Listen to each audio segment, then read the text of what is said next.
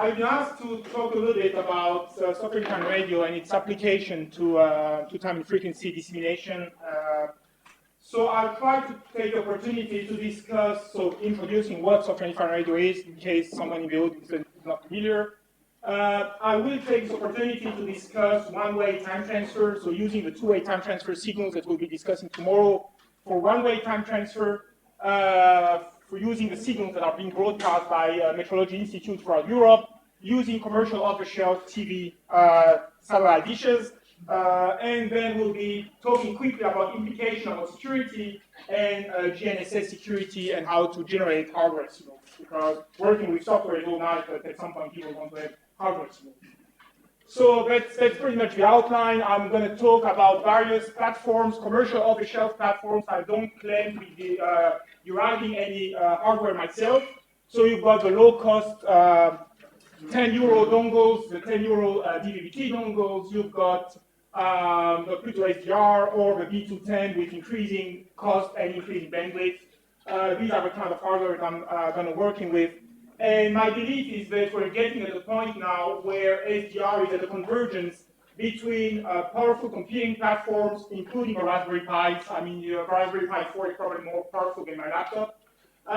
Fast sampling, we have tens of megasamples per second, and flexible, affordable, accessible libraries, software. I'm going to talk about B-Radio as a framework for processing these. And I just put here a few lists of applications. So software-defined radio is so much fun because you get one hardware, you get one software, and you apply it to lower orbiting satellite, medium orbiting satellite, time and frequency transfer, geostationary satellite communication, so many radar applications, so many applications with just this unique hardware and software framework. Now, what makes software-defined radio somewhat a bit challenging when you start with is it's at the intersection of quite a few fields.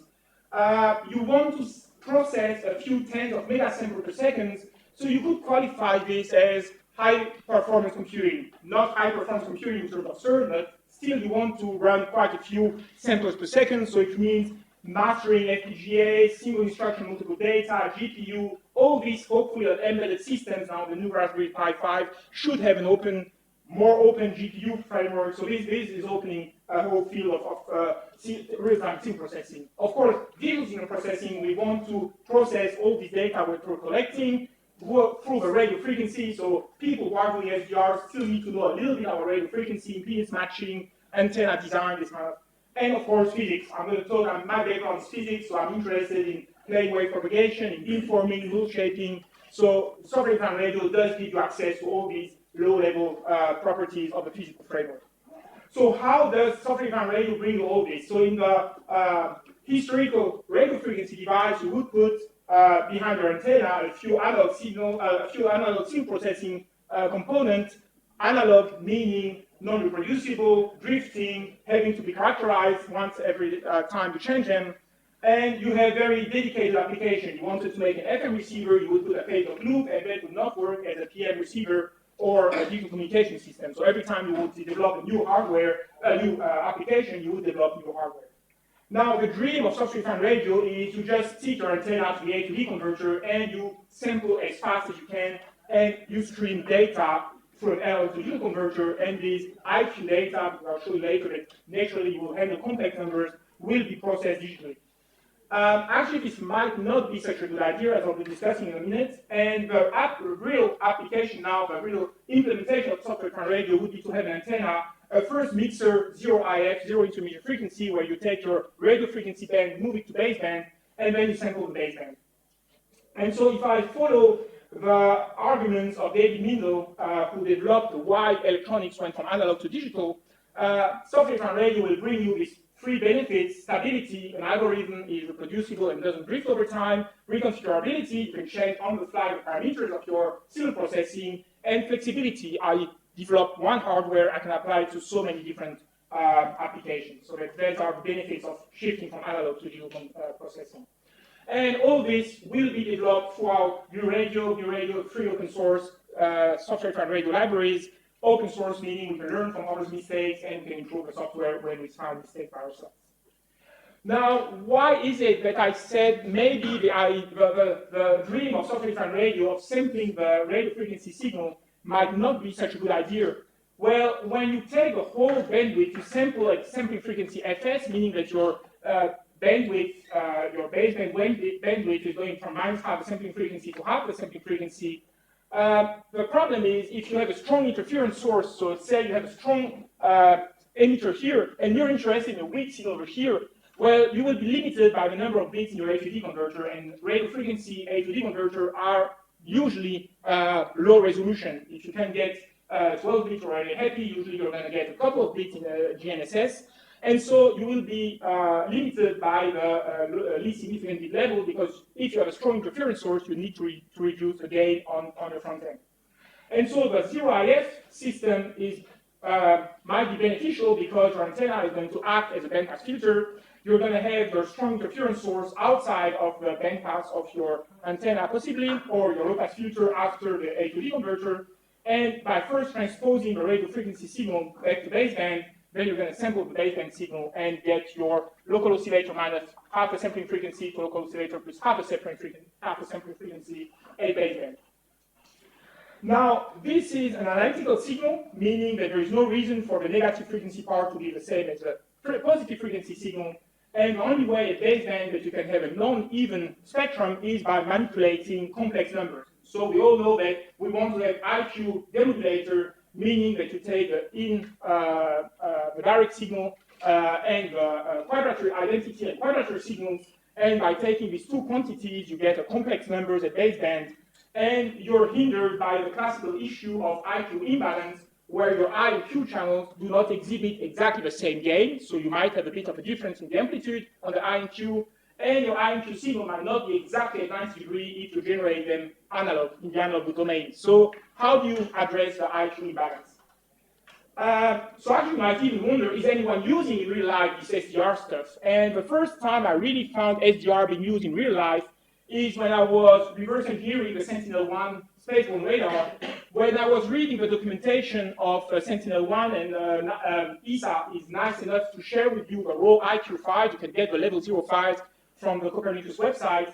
I was analyzing this data, and ESA tells you how they went from level 0, so the raw IQ collected by Sentinel-1, to level 1 data, which are the azimuth range compressed data.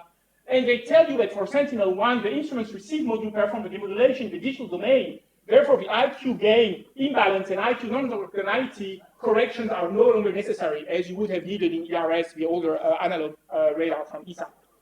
And how is it that the ESA Sentinel-1 satellite is working in the digital domain and is not plagued by IQ imbalance issue? So if you look in detail how Sentinel-1 is working, they have a C-band 5.4 gigahertz, microwave 100 megahertz bandwidth, so 5.4 minus 50 to 5.4 plus 50 megahertz. And this actually they shift in the analog domain using a real shifter, so no IQ imbalance because it's just one shifter with one local oscillator, real local oscillator, and they move it far enough from baseband, actually in a 3 megahertz, they move it 100 megahertz away from baseband because that's the bandwidth of the signal, and they sample it at 300 megasample per second. So 300 megahertz is well enough to cover, well, the negative frequency part, and because it's a real signal, it's an even spectrum, and the positive part, and then the second half of the frequency transposition is performed after sampling, so after the A to D converter, simply in MATLAB Octave, you just run it over exponential of j2 pi, your local oscillator, 100 megahertz times t, and because it's an algorithm, there is no IQ imbalance.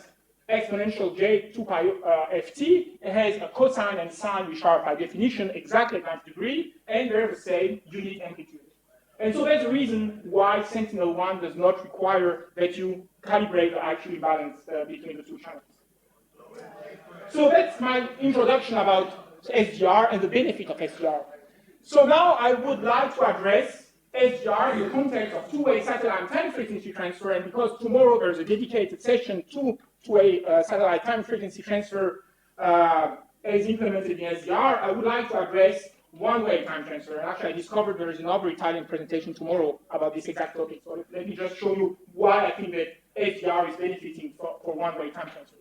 So the first thing is any of you can reproduce this. The documentation is publicly available. If you go on the BIPM website, URL on the top over here, and you check the header of every two-way time transfer session, you will find, well, the satellite, minus 37.5 degrees over the Atlantic Ocean, so you know how to point your dish. And you got the downlink frequencies. This is a Europe to Europe link, this is a Europe to US link, so you know how to tune your TV satellite dish and get the signal. So that's 10.9 gigahertz, and most commercial off-the-shelf SDR will not go, well, the AD9361 from ADI is up to 6 gigahertz, so most, I would say, off-the-shelf commercial SDR will go up to 6 gigahertz. So that's a bit of a challenge. But if you have at home one of these TV satellite dishes, well, the LNB, the low noise block, is a local oscillator at 975 gigahertz with a low noise amplifier. And what you're actually streaming on your TV cable is never 10 gigahertz. Of course, if you have too much losses, it's actually something in the gigahertz range. And so if you mix the 10.9 gigahertz signal with the 9.75 gigahertz of a local oscillator on the LNB that you got on your roof, well, you get something in the 1.2 gigahertz, and that's well within the SDR commercial off-the-shelf SDR. And so that's actually what the setup looks like. In the lab, we have our two-way satellite time frequency transformer dish I'm going to talk about tomorrow. That's my COT TV satellite reception. That's another one for receiving Sentinel-1. That's another story. And during the even hours when metrology institutes are talking, this is the signal you're receiving from your SDR. So you do get the SATRA modem communication. And here you have the baseline, the background noise when there is no transmission. So yes, here we're still using the SATRA modem because all metrology institutes are using the same time flag emitter, and we're only doing the reception here. So we've shifted by 975, so on our downlink we're at 121 gigahertz now, and we just record data. The channel at Telstar 11N is 5 megahertz wide, it's 2.5 megasheet per second. So no point in sampling much more than 5 megasamples per second. Well, still this makes something like 100 gigabytes per minute, but now we have hard drives that can store this. And I don't have time now, but if you look at the old literature from the Mitrek modem that the SATRA was derived from, you will find the papers from the 1970s, 1980s describing the pseudo-random sequences. It's a 14-bit sequence, pseudo-random sequence that was truncated to 10,000 chip long. And actually, there's only 750 primary generators, maximum length generators, so it's a brute force attack to just try the 750 possible combinations, and you find which broadcasting station is generating which code. And actually, for some reason that I don't understand, SATRA modem is frequency shifting each transmitter, which makes it super easy to detect because they're all at slightly different frequencies, so it makes it super easy to decode which station is broadcasting which code. So now we know how to cross-correlate, so we know to do how the compression to get which broadcasting station is broadcasting which signal. We can do a time of flight measurement as a position of correlation peak maximum. And the problem is, when I was at school, I was told that the geostationary satellite is fixed in space. And that's a lie. Geostationary satellite keep on moving. Well, they have a station, parking position, which is a sphere 30 kilometer diameter, and they must stay in this sphere, but still, your satellite is going to move around. If you're doing passive measurement as opposed to two-way time transfer where you compensate for the satellite motion, you need to do GPS upside down, meaning you know the position of the transmitter metrology institute, but you don't know where the satellite is in space. And 30 kilometers is 10 microseconds, so if you want to do better than 10 microseconds time transfer, you do need to compensate for satellite motion in space. So that's the problem. We have a few observatories distributed over Europe. You have a satellite 39,000 kilometers away, and you're measuring time of flight, and you want to identify the position of satellite in space, which should be easy enough because we're measuring SATRA time of flight with 100 picoseconds. 100 picoseconds should be 3 centimeters, so yeah, we should be able to do it. The problem is SATRA is only fitted with 2 channels, and you see that during, this is again from BIPM, at any given time, only 2 stations are talking to each other. So, can't remember which one is PTD, which one is OP, but these 2 guys are talking at one given time. Then there's another session with 2 by 2. And during one session, only 2 stations can talk to each other. And then you want to add the Spanish guys at the Raya Observatory. And these guys have not been able to broadcast during the schedule here. But ROA is really important because they are the one really to the south, and what you want to have a good position of your satellite is on the big baseline. So you want the Swedish guys and the ROA guys or the Spanish guys south of Spain to be talking at the same time because this gives you maximum distance between the 2 transmitters.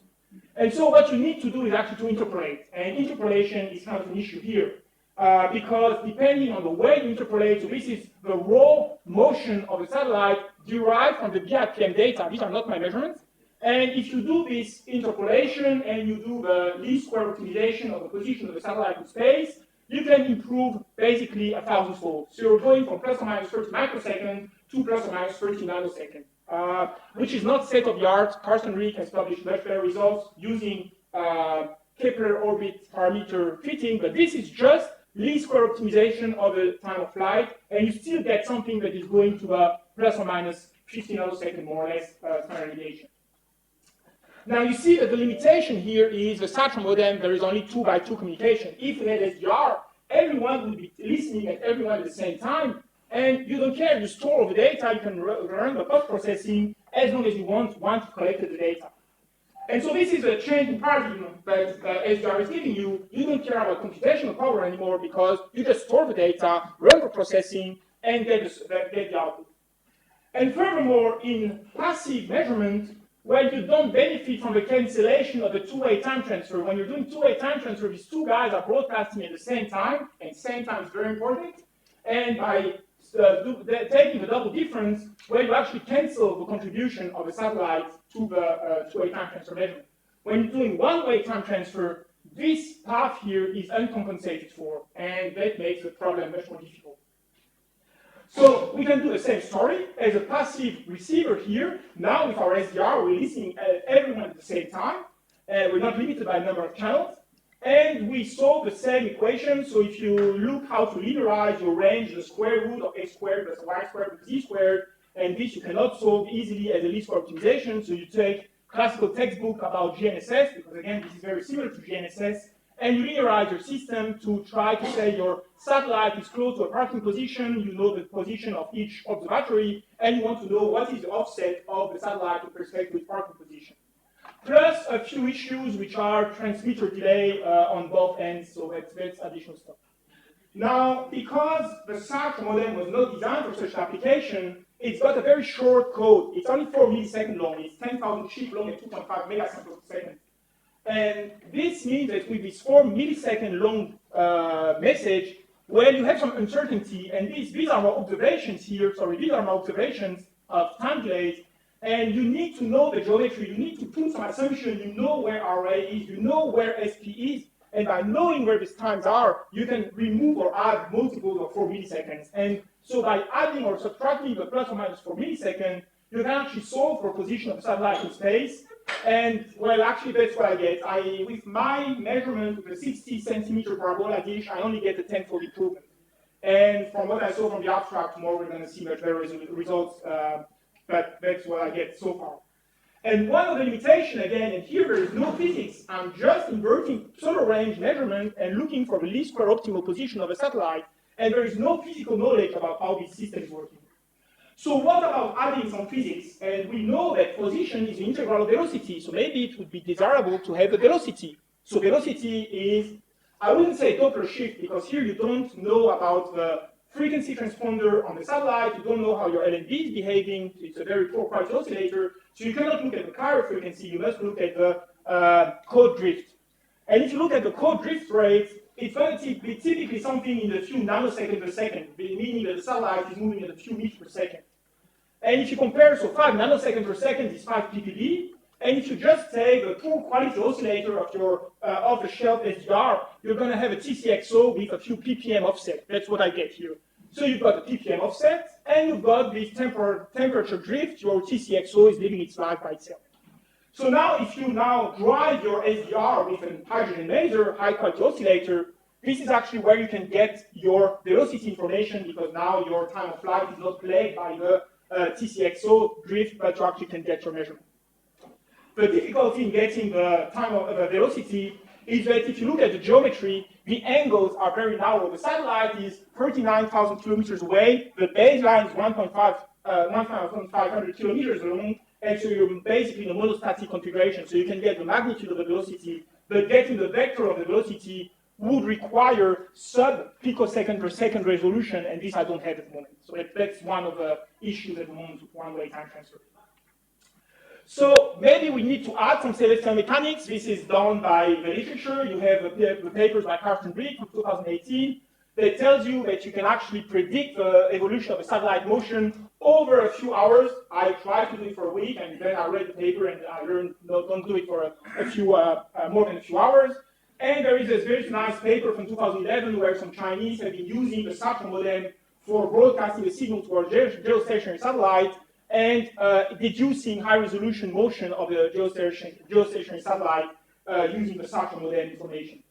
Now, I'm not, and the lab I come from is not versed into celestial mechanics, so I've identified two open-source frameworks, GMAT from NASA and ORCID from the European Space Agencies. And I'm trying to figure out how to use these tools to get the Kepler parameters from the measurement. GMAT seems to be very NASA-oriented with DSN hypothesis. ORCID seems to be very promising, but as usual with software, they shifted to API number 12, and the API changed. The examples on the web are not functional, and everything is broken. So if there's anyone knowledgeable about this and who can help, I'm looking for help on Reddit because I'm lost. Now, SDR, as you just seen, allows you to collect the data in post-process. So this is beautiful, but it also means it opens a lot of perspective in terms of security because, well, first of all, replay attacks. You record the signal and you just broadcast it again. A company here in Neuchâtel has been promoting such a replay attack, demonstrating how you can replay GPS, and the U-Blocks receiver nicely locks to the position it was 12 hours ago. So that works perfectly well.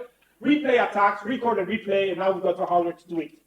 Jamming attacks, just loss of service. Often people ask me, if you're doing geostationary two-way time transfer, is it going to be safer than GNSS? Well, you've got a whole collection of people who are jamming, super easy to jam geostationary satellite. I don't even understand why it doesn't happen more often.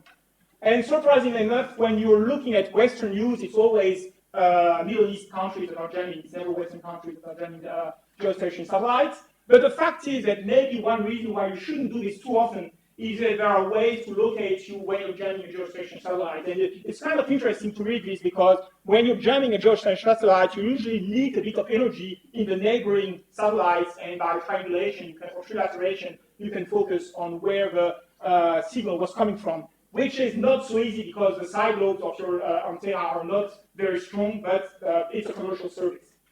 And finally, the spoofing attack, which is the most fun, because the other ones are just stupid. It's denial of service, and you lose the service, and that's it. Spoofing is much more interesting because there you can inject an unwanted signal. I wanted to show you a little bit how Gear Radio allows you to play with it, but I'm going to run out of time. We can go through the flowchart again, but basically this is a flowchart where you have two pseudo-random sequence generator creating a binary phase shift keying. You add the two signals on the noisy channel, and then on the receiver side, you look at how a Costas loop is going to behave. And actually what you realize is opposed to FM modulation, PPSK modulation is actually quite strong to interference. You need to push a very strong signal to spoof a PPSK modulated signal as opposed to FM, where even a very weak, stronger signal will lead to the FM capture effect, where the strongest FM signal will be the one overwhelming the signal. So Gear Radio and software-defined radio allows you to first run of this on synthetic signal and then do the experiment. But in real life, you would like to actually mitigate the spoofing attack. So this is what we've been doing for quite a long time. We've been looking at how you can receive the software-defined radio signal, look at angle of arrival because you've got the raw IQ, and the assumption we're doing is we're saying the constellation should be distributed all over the celestial sphere. If all the signals are coming the same direction of arrival, it means there is a spoofing attack coming.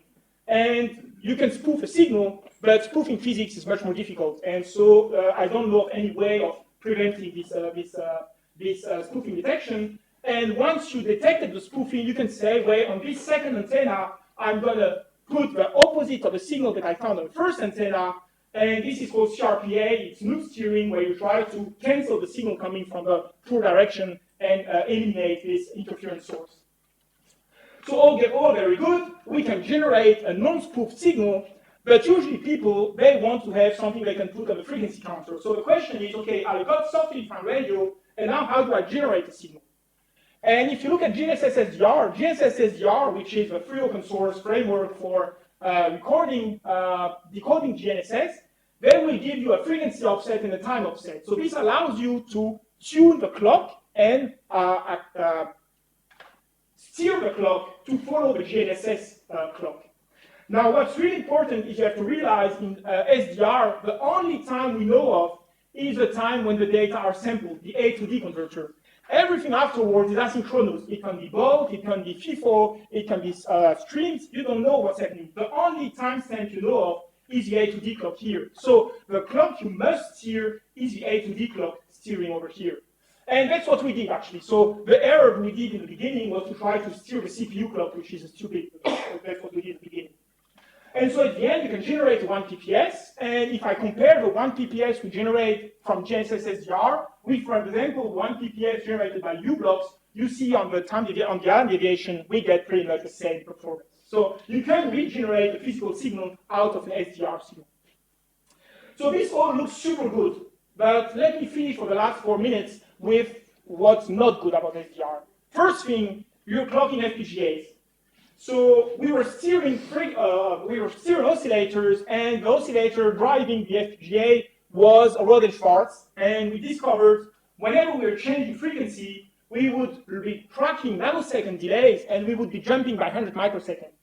Your Rod and Schwarz is just stopping the oscillator when you reprogram the oscillator, so your FPGA loses time for 100 microseconds.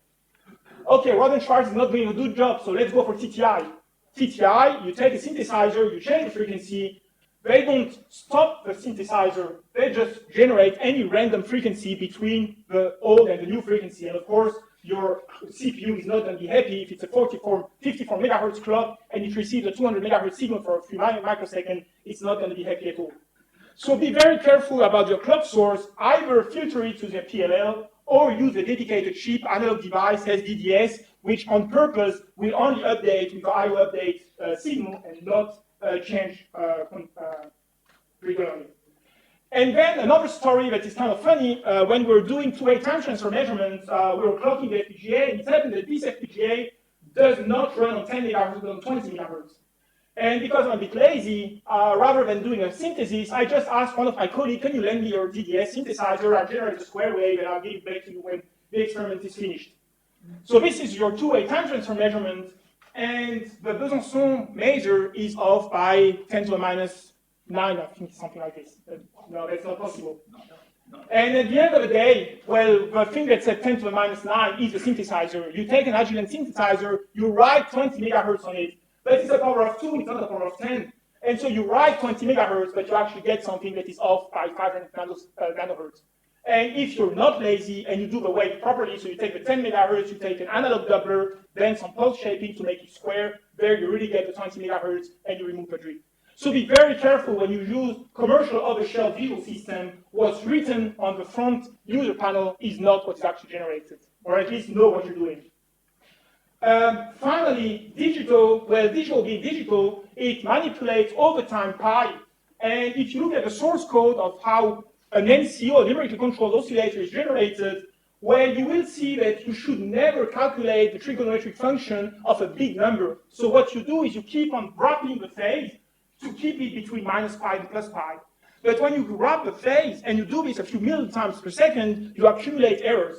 And you think that when you take a signal source at a frequency divided by 8, or you take a signal source at a frequency and you decimate it by 8, you should at the end get the same signal, okay? I have f divided by 8 multiplied by t, or f multiplied by t divided by 8. Well, no, that doesn't happen. You have a drifting phase because digital is not infinite resolution. It has a finite resolution. So be very careful about these issues. And to conclude, the last issue, the last hassle, which makes me crazy. I think I spent more than half my time correcting things that were working and that were broken. Software maintenance. If you install GNU Radio on a current Linux system, it's 746 dependencies. Any one of these are all the packages you need to install on a Linux system to get GNU Radio working. Any one of them is breaking, your whole GNU Radio is broken.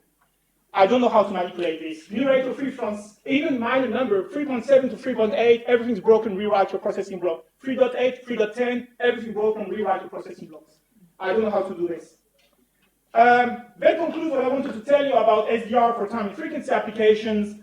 And I don't have time to talk to you about White Rabbit and how you can, how BRadio can write the White Rabbit. So if you're interested how to have distributed, coherent SDR framework synchronized for a White Rabbit network, join us at the European Radio Days, end of August in Darmstadt at GSI, hosting the next session of the Radio Days. And let me conclude with all the open source developers that have been contributing to this work. gnss-sdr authors at Catalonia University in Barcelona, the BRadio developers, of course, the Gateware and open source software from Etis Research, and Buildroot for embedded application, and of course your taxpayers' money with the Free Software Foundation PMPC initiative. And thank you for your attention.